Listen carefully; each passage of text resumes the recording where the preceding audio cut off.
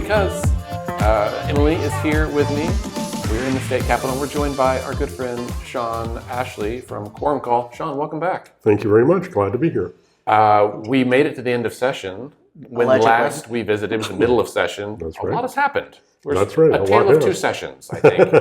Or multiple sessions. Or multiple. Yeah, I'm excited to get into this. But yes, I have asked for a point of personal privilege, and it leads into, so you were, I was here really early, I walked the halls, whatever, ran into Paul Xerax and the other, noon walker, like the fast-paced Are there like mall walkers at the Capitol? Yes, there are mall walkers at the Really? Capitol. Oh, absolutely, dude. It's good artwork. I should come over at lunchtime. You Yeah. absolutely should. So I was here early, and so Shawn and I were just kind of talking about things and the good old days, etc. And it reminded me that last week I was telling on the podcast Andy about going up to OU Tulsa with Rick Moore for a conversation that Roger Randall was hosting, right?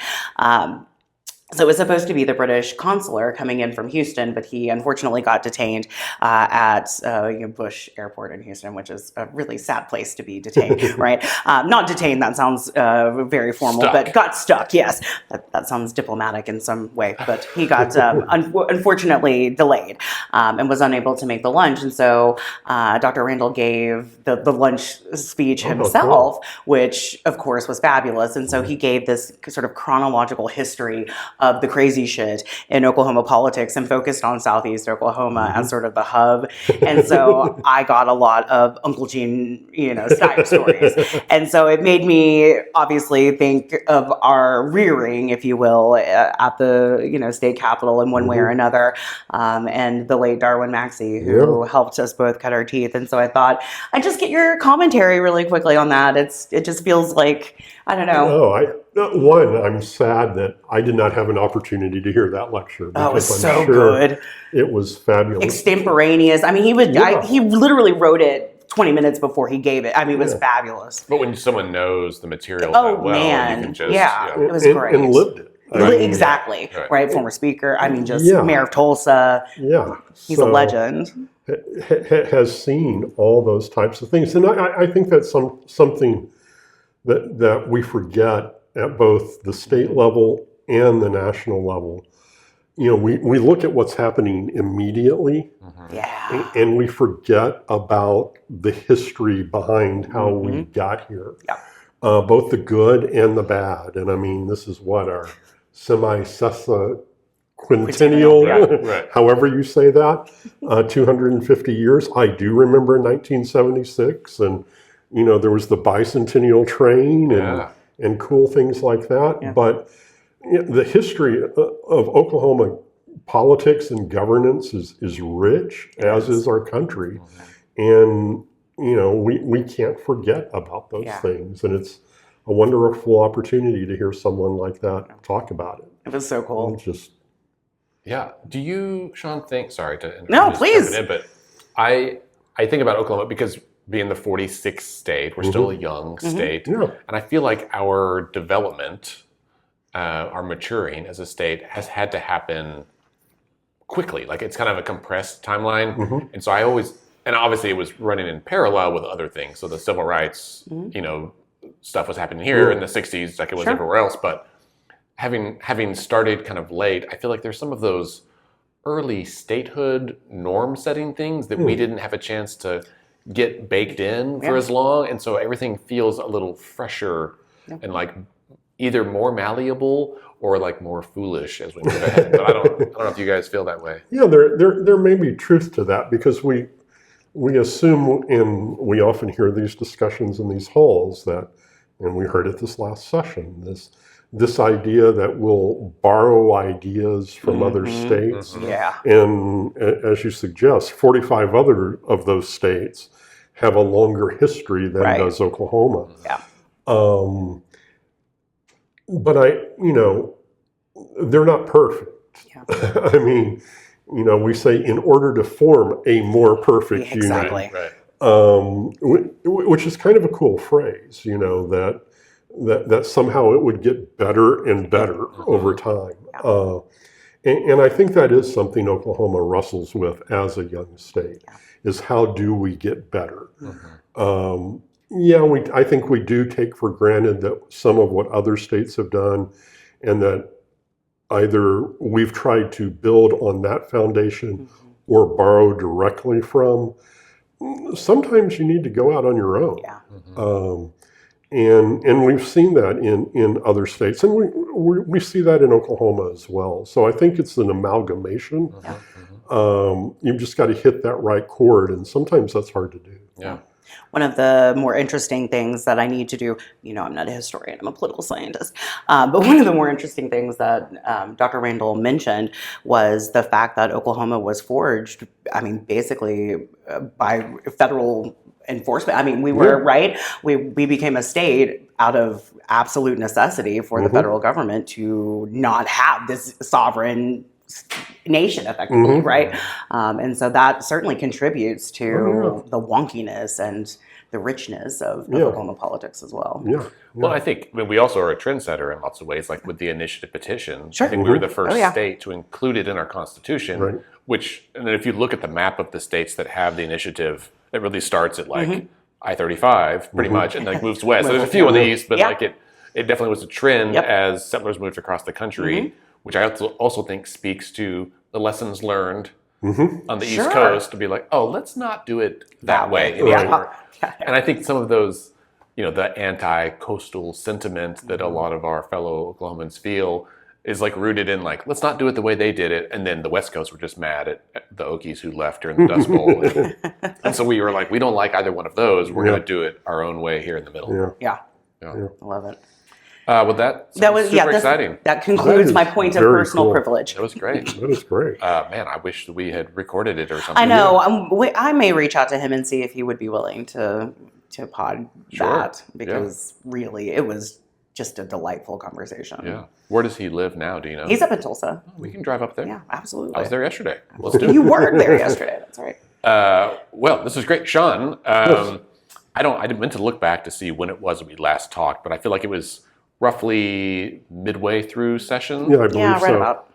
And last week, I do KOSU this week in Oklahoma politics, and Michael Cross's question to us was, how do you grade session on a ABCDF? That's right. And the other commentator last week was Jennifer Monies, who works for Speaker Hilbert, and she said she would grade it as two different sessions. The first part, until the budget, like February 2nd to the budget, she gave it an A, and then from the budget to the end, she gave it a C, which I just was a reminder to me that like the tone and tenor of this building did seem to shift when the budget came out. Always, yeah. But I was going to ask you what your perspective is, and how do you see that play out? You don't have to give it a grade. Yeah, and I'd rather not, because I was thinking about this, that I think the grade, and Jennifer hit on a good point in terms of dividing the session up, but I think it depends on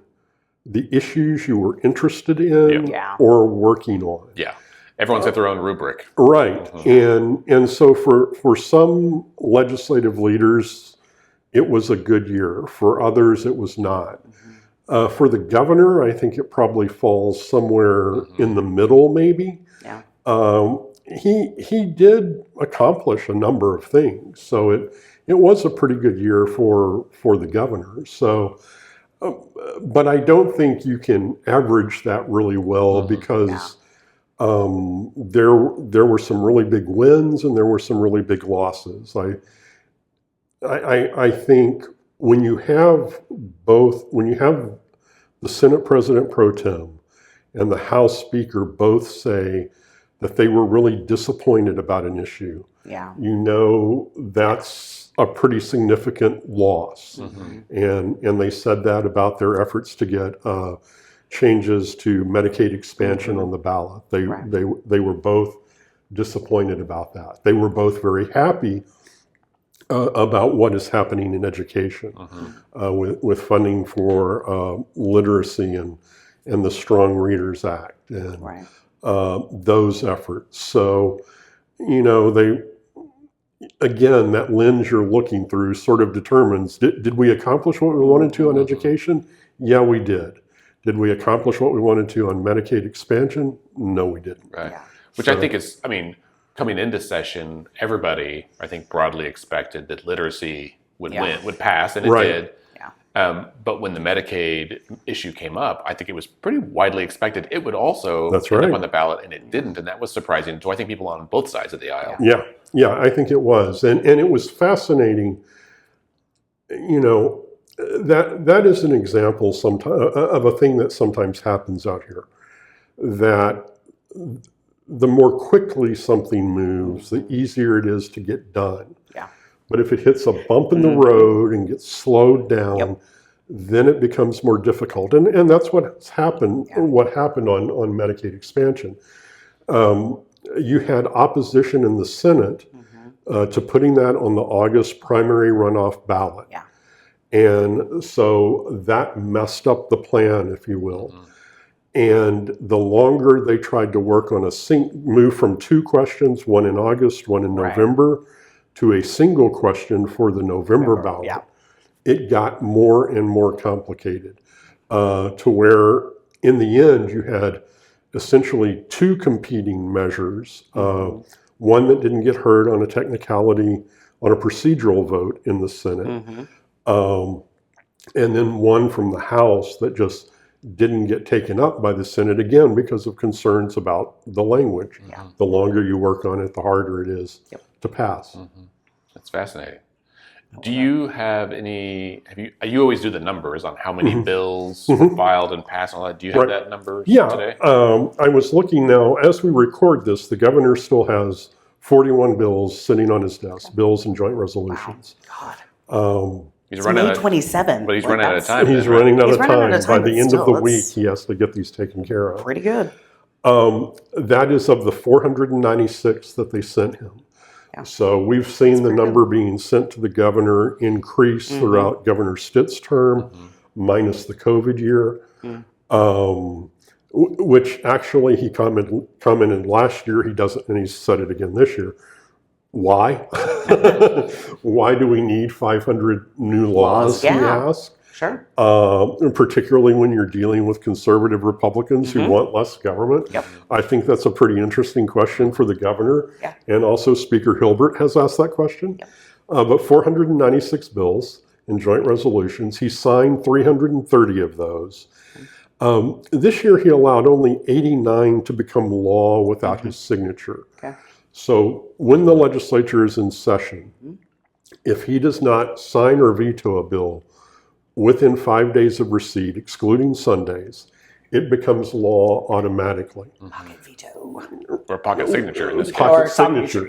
Now that we're out of session, since they adjourned sine die on May 14th, any bill he does not act on is pocket veto.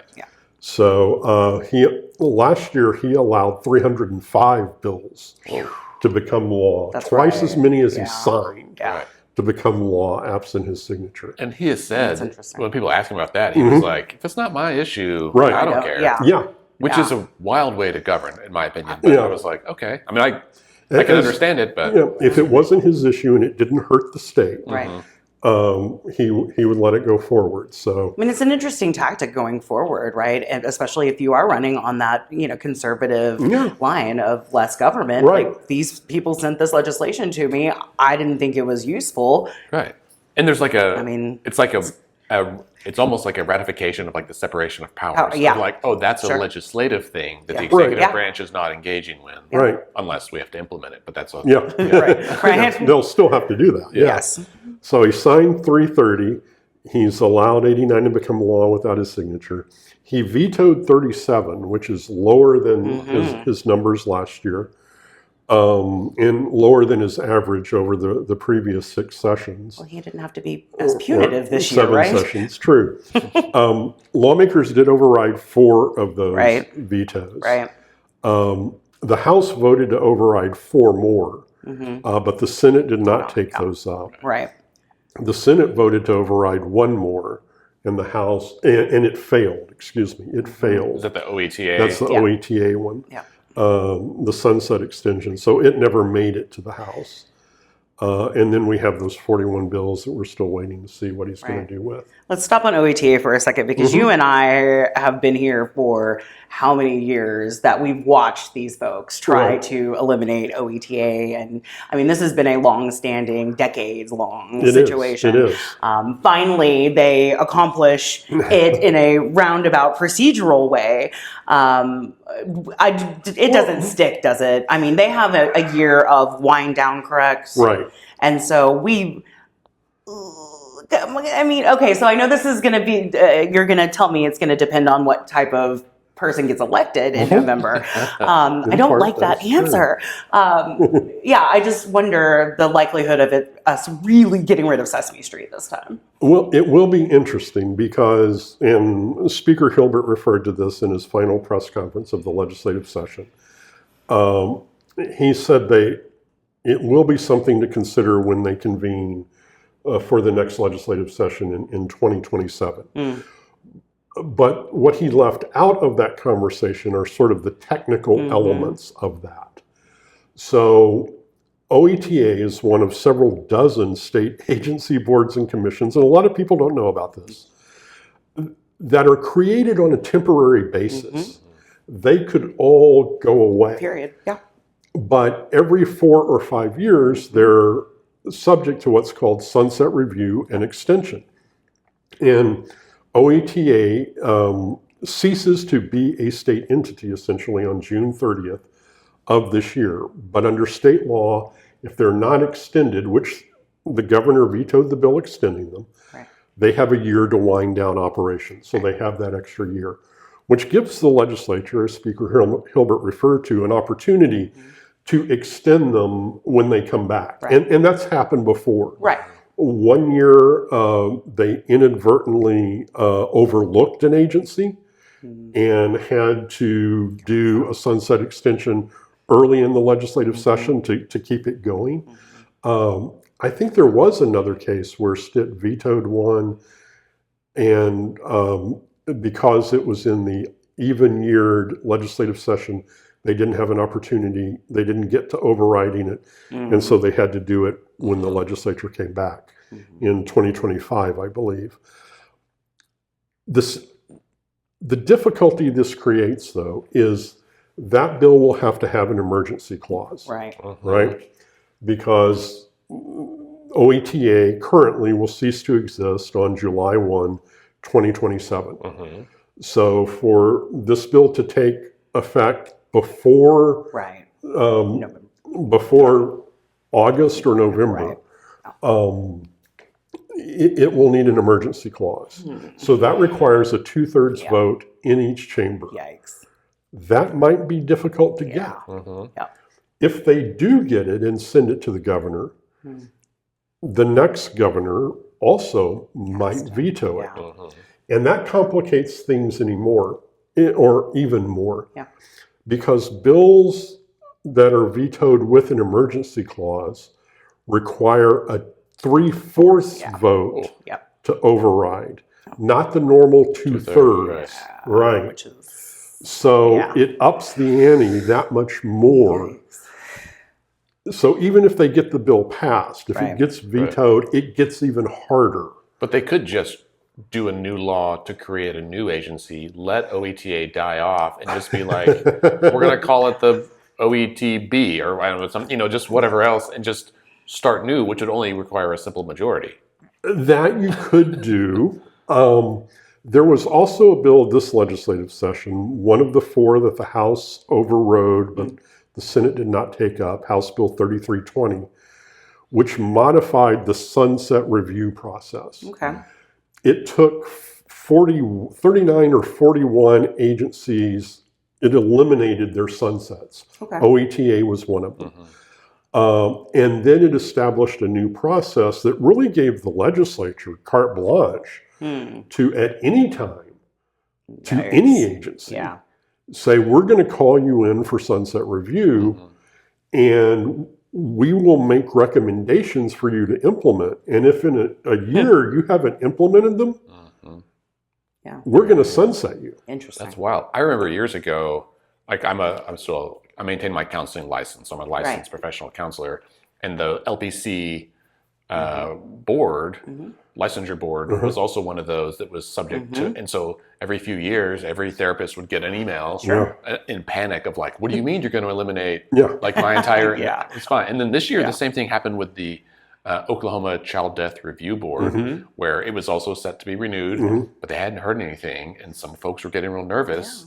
And, you know, I think the legislators on that committee were like, oh, no, we're going to do it. Okay, well, tell us so that we're not, because we would be the only state without one, and this is kind of important. And I think they were on that list, too, of those that were like, oh, we probably just need these all the time. Yeah, so it's an interesting process in and of itself.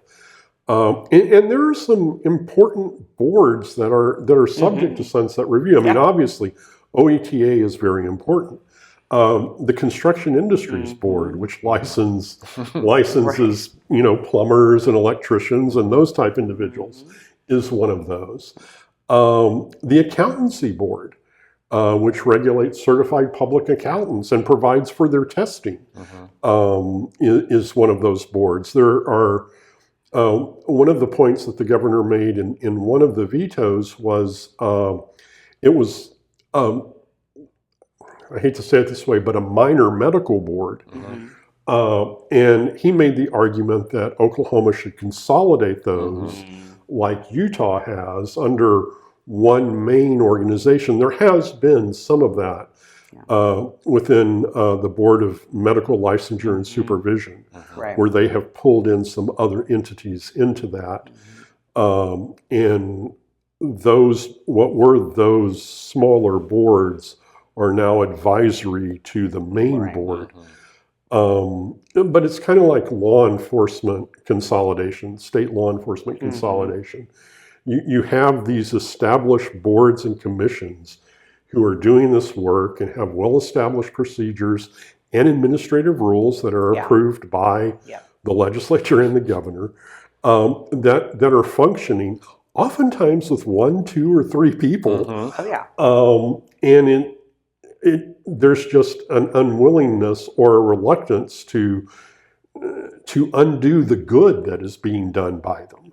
And that sort of makes sense, I suppose. Well, and I think it is interesting. And I think what happens when this is like, I would consider this how the state government breathes almost, right? Where it's in 1 year, maybe you get a new governor and they say, we have too many agencies, boards, and commissions. We should consolidate them. And so they do. And then they take a breathe in. And then a few years later, there's a new governor, or maybe the same one, and they say, government is too big. These are they're top heavy. They're too complicated. We should divide these into little. And so they breathe out. And all of a sudden we get back to 700 of them.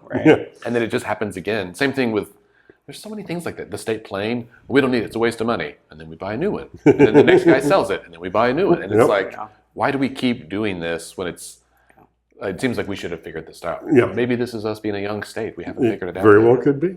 Could be. Emily, for you, I know you watched some legislation this year, even from academia. What was your take on the session? Did you feel like it was the same kind of like A, B, like it felt chaotic. It's certainly more chaotic than a normal election year, right? Typically filing years, we expect them mishigas, and especially since they moved the filing date, right? It used to be earlier in the session. And so it's been interesting these last few years watching, or election years, sort of the chaotic nature of session after filing. I think this year it's definitely more precipitous because you had more folks that got challengers. And so you had more of that impetus to get the hell out of this building and start campaigning. And so I think that certainly added a lot of just craziness to everything. It is conceivable, I don't know if it'll happen, but every statewide elected office in Oklahoma could be held by a former legislator after the November election. Even the auditor? Even the auditor. Yeah, Marty. Todd Russ is a former state legislator. All right, that's treasurer though, right? No, the auditor. Because auditor. Marty Quinn. No, No. No, That's right. Yeah, that's no, because Cindy's leaving and her Right, deputy right. auditor took I'm sorry. over. That would be the only one. That Okay. would be the exception. Beat Shawn on You a beat trivia Shawn. question. Yes, you did. funny. But that one, because we've Yeah. been talking about all the statewide electeds, and I keep forgetting that one is not on the ballot. Right. Oh, because that's right. Auditor Byrd is not running for Right. treasurer, Right. and her deputy was the only one to file. Right. And so she was automatically Okay. elected. Yeah. Brent Howard, a Republican from Altus, had been rumored to possibly be running for that seat. That's right. And he chose not to.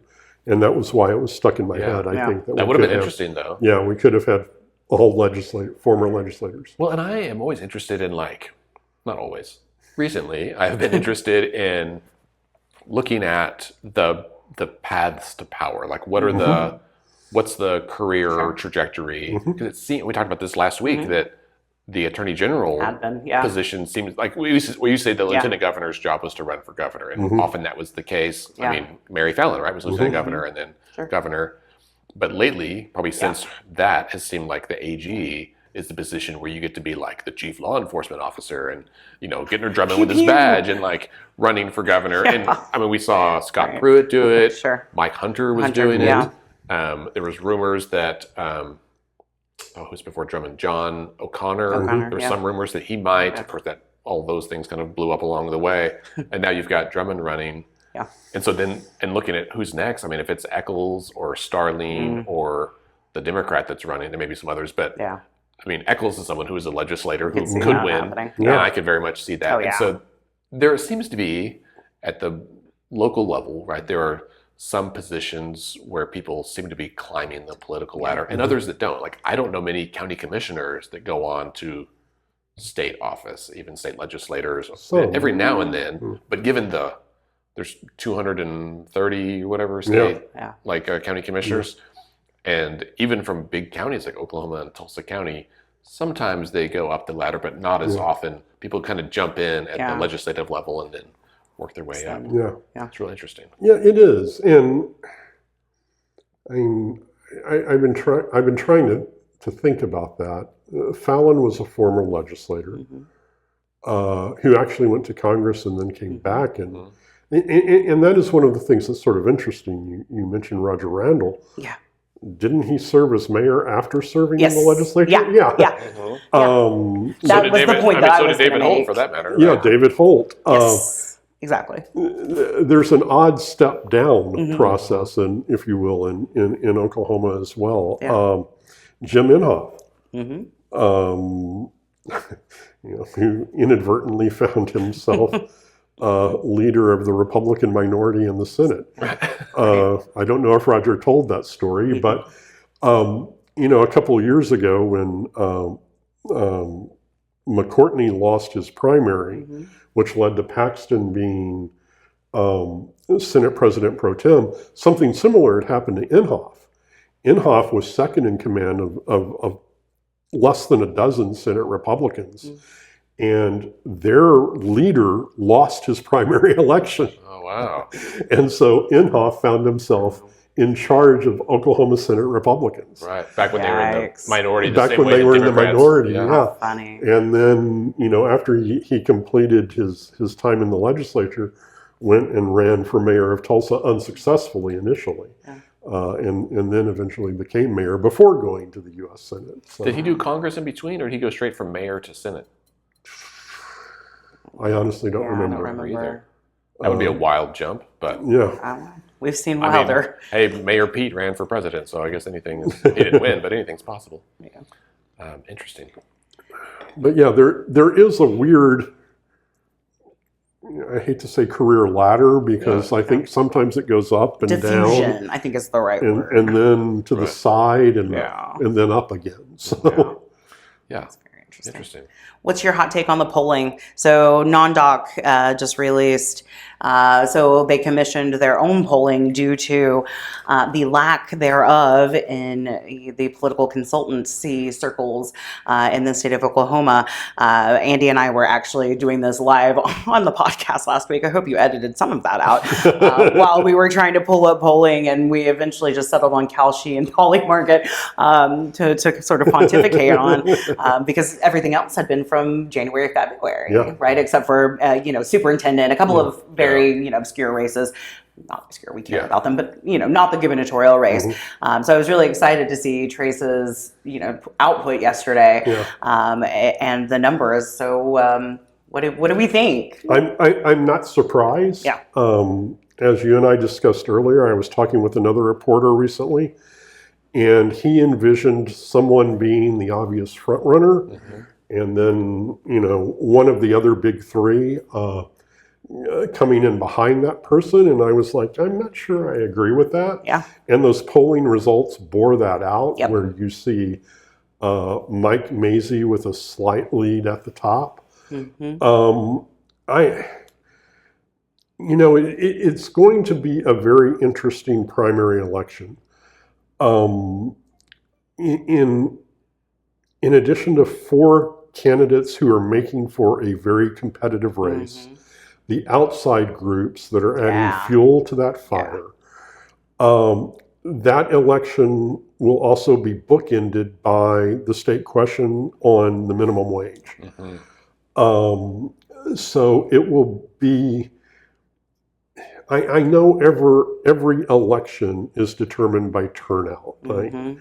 But that seems particularly true this time. Who can motivate all their supporters, or 99.9% of their supporters, to vote early or to go to the polls on election day? And I think the results we saw in the non-doc poll, very well could carry forward into the election itself, where it is just a matter of 1/100ths of percentage points that are dividing those top 4 candidates, and a runoff will be very tight. Well, and there's runoff on both Republican and Democratic That's sides. true. I heard there's primaries on both sides. But yeah, so the poll, I don't think we said the numbers, but it basically had Mazzei. Yes. Do you have it pulled up? I do have it pulled up. The top 4 Republican candidates, more or less neck and neck, like within 5 or 6 points. So Mazzei with 22.1%, Drummond with 21.7%, Keating with 21.4%, and McCall with 18.4%. That's basically margin of error. For all of those. Yeah. And this is a sharp. What was Merrick? Merrick is at 7.2%. Okay. I've seen a few Jake Merrick signs around. But this is a big departure from the last poll we had. Massive. That was like in November, I think, from McFerrin. Had Drummond well above 48, right? Yeah. And that's what happens, right? Like, if you're the leader, everyone's gunning for you. Right. And if you look at the ads that are on TV right now, you see Drummond running mostly as Drummond. Like, he's just like, here I am. It's about him. And then McCall was like taking aim at Drummond. Keating. Keating was taking aim at Drummond. McCall was taking aim at Keating. No. Mazzei was taking aim. I'm lost track. Anyway, end of the story was Keating has an ad targeting both McCall and Mazzei. As being too liberal. Which is just funny to me. And, which, is hysterical. And so you can I was like, I think this tells us what everyone's internals say. It's like, everyone has identified who their opposition is. Like, who's the guy I need to beat to get to be where in I the top need to 2 be to hedge. to move on. Absolutely. Yeah, they're hedging. And like we've mentioned before, I think Mazzei and McCall are stealing each other's fundraising. They're stealing each other's voters. They're stealing each other's talking points. They're at this point trying to be the Trumpiest of the two. Really, those two are, I think Drummond's almost given up. He has quietly mentioned Trump, but you're not really seeing that. He's a MAGA man, Emily. I don't really see it being as upfront as it was earlier in the campaign. Right. I really see that more, especially with McCall. Well, but strongly with McCall. A point I think I would make, and I would want to go back and watch everything again. Sure, same. I'm not sure Mazzei has ever mentioned Trump. Who? Maisie? No, he's not, but the picture is prominent. The pictures right? there in the You're first absolutely ad right about that. It's carrying little forward. cues. Yeah. Yeah, there's a cue You're right there, about that. but He doesn't mention Trump. You're absolutely right about he does that. not mention him by name, which I have found interesting in and of itself, Yeah. and then to see him leading like he is. Yeah, that's totally fair. You know, particularly in light of what we saw in Texas on Tuesday. Thank you for saying that, because I've been dying. Yeah, man. You know, Louisiana, Indiana. Yeah. I think Texas is going blue, dude. Well, I don't think that. But I don't know. I don't think Paxton can win that race, dude. I think it'll be really... Ooh, it'll be close. I don't know, dude. Well, I think... I'll mention that in a second, but to go back... Anyway, sorry, yes, please stick with us. Stick with Oklahoma. I just got excited for a second. For this June primary, I think, Sean, what you're saying is that having the state question on the ballot, which we know is like broadly supported by Democrats and independents, but also some Republicans. Right. Yep. It's got, there is across the board support. There's a cross section for sure. And so how big that segment of Republicans are that turn out, and I'm just guessing that, and I could be totally wrong, but I'm guessing that the most conservative voters might not support the state question. And so like who the candidate is they support, like it just like I guess I'm trying to say the turnout for the state question might be the thing that influences the Republican primary, which we kind of suspected they might know because of all these state questions they were trying to refer to the ballot. Right. But they're hoping it goes one way, but it could go the other, and it's really hard to know. Yeah, I think that's true. I mean, both ends of that will influence the other.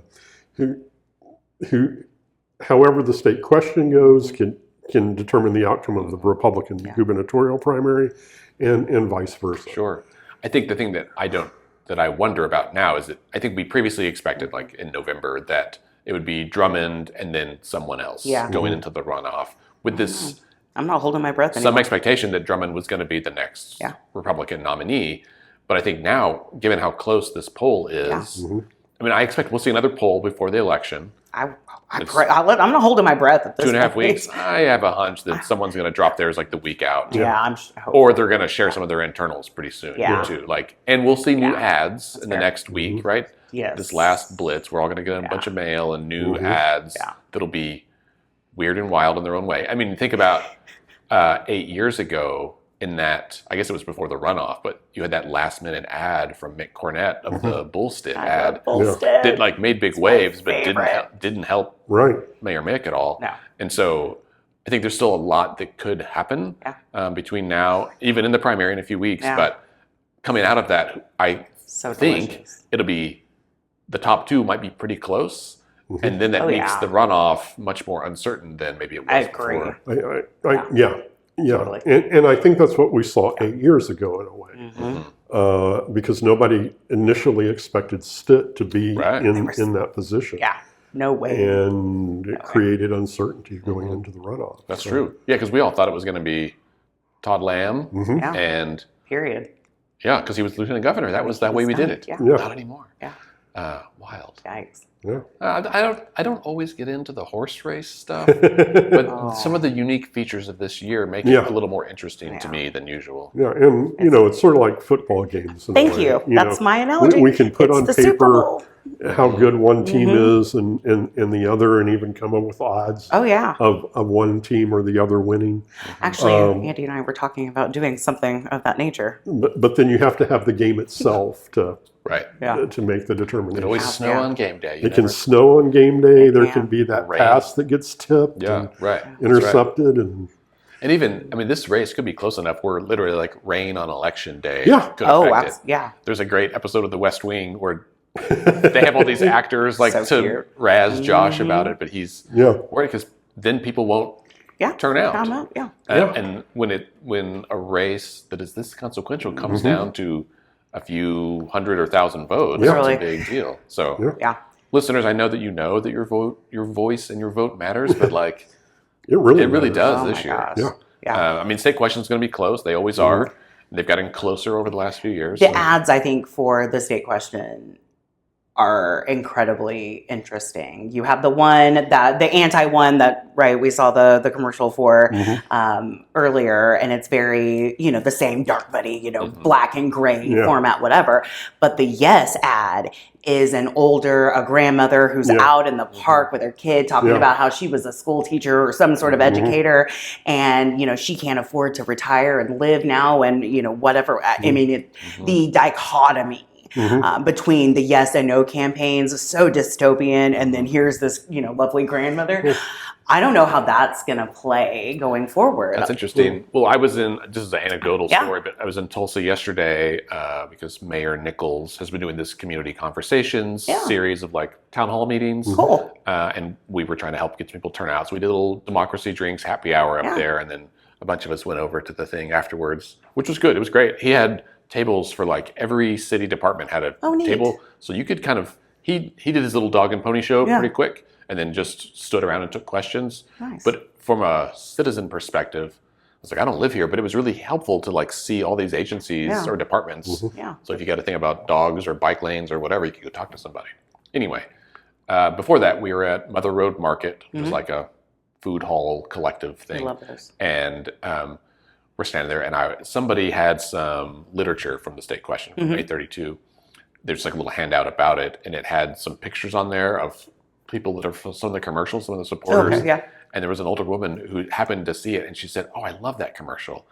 And she was just like, happened to be walking by and was like looking, and I was like, "Oh, really? Tell me about it." And she just said that she's like, in all of these negative political ads, she's like, this one stood out as one that I could relate to that didn't seem so slimy, was her word. And I was like, how? You never expect these kinds of things. It was so interesting. I was like, oh, okay. Well, maybe that resonates in a way that is so different from everything else that's like swamped, danger, to be like, oh. I mean, and to be in a state that is, I mean, we're the definition of living paycheck to paycheck. And so I really don't know where the state question is going to land. What do you see? Their first ad was an electrician, a small business owner.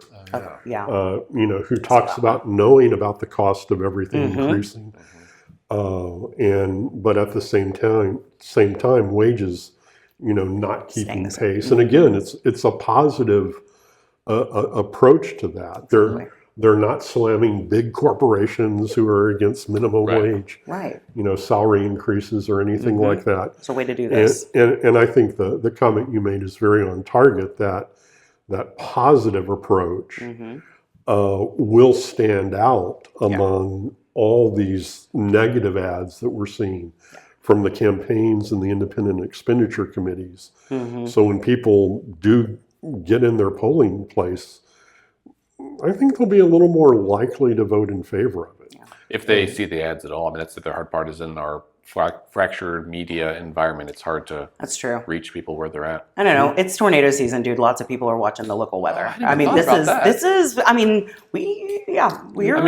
getting, they're getting saturated. And before, before we started recording today, we were viewing this news story from last night that I saw watching the Thunder game. And it was late. I was going to go to bed. But the story came on right away about dark money. And I was like, oh, I'll hang around for 10 minutes to see this.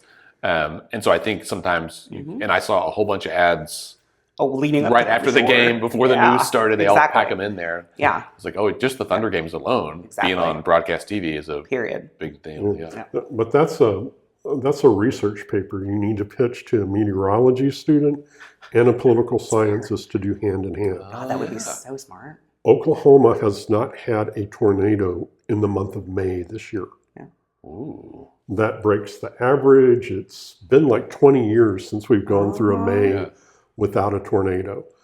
So what happens in elections when that's the case? Now, your point is very valid that the fragmentation of the media market, you may be comparing apples to oranges. Right. Because what happened 20 years ago, not as many people were using YouTube TV because it didn't exist. Right. But you know, Yeah. how do severe weather seasons affect primary elections? Absolutely. I love that. I did too, and I just hired a new intern to help do some policy stuff. So let's talk after Yes, we please. record. We Yeah. might have an idea. That's great. About election stuff. When I used to work in public health, I managed a clinic, and no-shows were a big issue, right? Both from a financial standpoint and just from a frustration standpoint.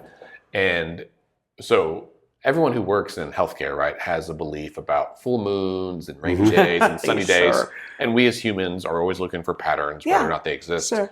And me being a data nerd, you can pull all the old meteorological data from the National Weather Service. It's pretty free. And so I took a 5-year period, and I could get all of our no-show data from and so I put them all in and did a big analysis to see if, and it was just like, if it rained more than, I think I said more than 1/100 of an inch, enough that someone would say rain happened. And then any days that were above 100 or below freezing, or if it snowed or whatever, and tried to see if there was any correlation to no-show rates for our patient population. That's interesting. And there was not. I was like, oh no, people just our no-show rate was very consistent across the board. And it's some people might no-show when it's sunny, and then other people might no-show when it's rainy, and some people no-show when it's hot or cold. Or there was, I was like, oh, there's so many other factors that I can't possibly control for. But it made me feel better to know, okay, well, it's not the weather. So which I can't control. Right. So what are the things we can control, and how do we address this no-show rate? And just to take that off the table felt I mean, I wish I could have just attributed it to the weather, and then you throw your hands up and you're like, let God sort them out. But this way it helped know. But I think that would be interesting for elections. No, we could get that published somewhere for sure. The relationship between tornado warnings and voter turnout. Right. Or just the saturation of the media market. I mean, really, I think that is the interest for me, because obviously political media is kind of... Well, and with the National Weather Service data, I mean, they keep it there's statewide data, but they also have, some local offices. And so we could even look at, to the extent possible, we could talk to the Mesonet. Way to go, Shawn. Because we're already nerds. This is horrid. Because if it rains, I've got enough to do this summer. A foot in Woodward, it doesn't mean a hill of beans to OKC. Absolutely not. But it might really affect elections there, and you could kind of see. Yeah. Wild. I'll tell you what, this is fun to talk about right now. I love it. We'll forget about it. And then if we have wild weather on June 16th, we'll be back. No, for real this time. Let's talk about it. It's hysterical. I had one other question for Shawn about legislative stuff before we wrap up, if that works. I would, yes. I was thinking about two things. One is the issues that did not get resolved this year to come back, but I think we talked about that. I expect we'll see Medicaid and TSET and some of these things come up, sunsetting bill or agencies, that stuff come back up. Sure. But the other thing that happened in the latter half of session this year was some of these measures, and this happens almost every year, but the shucking of bills and were issues that weren't being discussed in February. Suddenly we're front and center. Show up in the first week of May. And that's what happened with TSET and maybe also with Medicaid. Yeah, there was some of that involved in that process, yes. Yeah. The big part of that occurred in the House May 6th and 7th. So, and this sort of gets to the convoluted way this legislative session ended. At the beginning of that week, the House and the Senate had agreed to finish all their work by May 7th, and then not work the following week unless they agreed to override some vetoes or do that kind of thing, and pretty much let the legislative session adjourn automatically on May 14th. The House passed a resolution saying that on Monday. The Senate passed it on Tuesday, and then several hours later changed its mind. Now, we don't know exactly why. Many of us have asked Senate President Pro Tem Lonnie Paxton that question, and his position is they were through with what they needed to consider from the House, and they needed time to review what had been the new bills that had been sent over from the House. And what the House did on May 6th, on Wednesday of that week, when the Senate adjourned to the call of the chair and indicated they weren't coming back Thursday, the House said, there are about 6 or 7 of our bills that we think are important that you didn't take up. And we're going to send them back to you anyway. And so they took 6 or 7 House Senate bills that were in the House for House consideration. They shucked them. They eliminated all the existing language, and they put the language of those other bills that didn't get heard in the Senate into them. Yeah. And now those have to go back to the Senate. Right. So they sent those back over. I don't believe the Senate took up any of those. But these were issues that had been motoring along throughout the legislative session. And in some respects, they weren't particularly large issues. Yeah. But they were important to various lawmakers in certain constituencies. One of them, for example, there's been a fair amount of media about was eliminating the statute of limitations on certain sex crimes and eliminating NDAs from that process. Now, in that instance, Senate Majority Floor Leader Julie Daniels did say in a press conference that, one, she held that bill up. She didn't let it go to the floor. And that the reason she did that was some concerns she had over that legislation. A number of crimes had been moved into the particular section of law that affected, and she didn't think not all of those should have an unlimited statute of limitations, and she was also concerned about the NDA language. So she took ownership of that. But you're right, there were a number of issues that suddenly came to the fore there in that last little bit, and ultimately they weren't considered in the Senate. How interesting. So the emails heard around the metro area between Hilbert and Paxton, are they on good terms now? What is I mean, obviously legislative session, it's chippy. We want to accomplish our goals. As you mentioned just now, the procedural moves to shuck bills and put, language in that we want to be considered on one side of the aisle versus the other. That complicates relationships going forward. It does. And I've been trying since they adjourned Sunny Dye to write about that. Yeah. And I've never, with all the comments I have from them, I still can't get to where I want to be in terms of writing a story. But what I can say is that there were disagreements over agreements, to put it plain and simple. Yeah. Speaker Hilbert says that there were agreements on a number of bills, such as the Medicaid expansion issue, TSET, and some others, to move those through the Senate, and that didn't happen. Senate President Pro Tem Paxton says there were conversations about those bills, but not an agreement where we had gone to the caucus and said, this is what we want to do. Do you support it? And if they did, that resulted in an agreement. So you kind of have them looking at it two different ways. I think Senate President Pro Tem Paxton is more than willing to work with the House on various issues.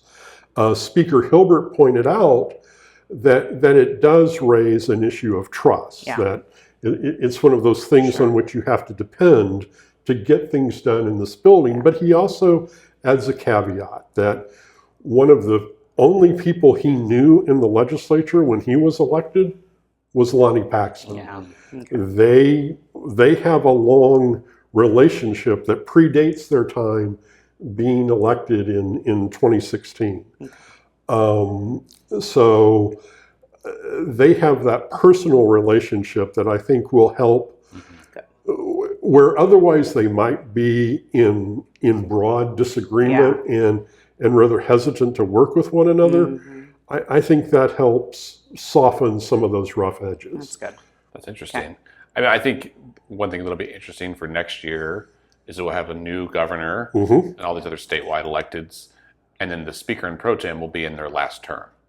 They both term out in 28, I think. Yes. And so, provided they both continue to serve as speaker and pro tem, often we see at the end of someone's tenure, right, the end of their term, their priorities and their processes are a little bit different.